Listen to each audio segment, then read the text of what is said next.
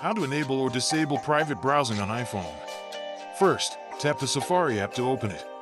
Next, tap the tabs icon in the lower right to view tab overview. At the bottom, tap Private to switch to private browsing, then tap the plus to open a private tab.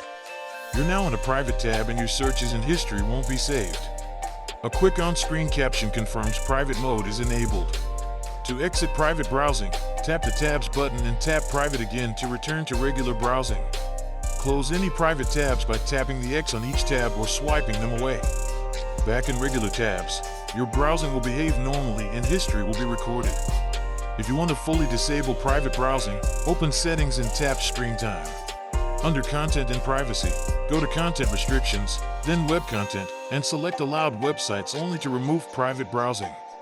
Quick recap: Safari, then tabs, then private to enable, repeat to disable, or use Screen Time to block private browsing. Thanks for watching.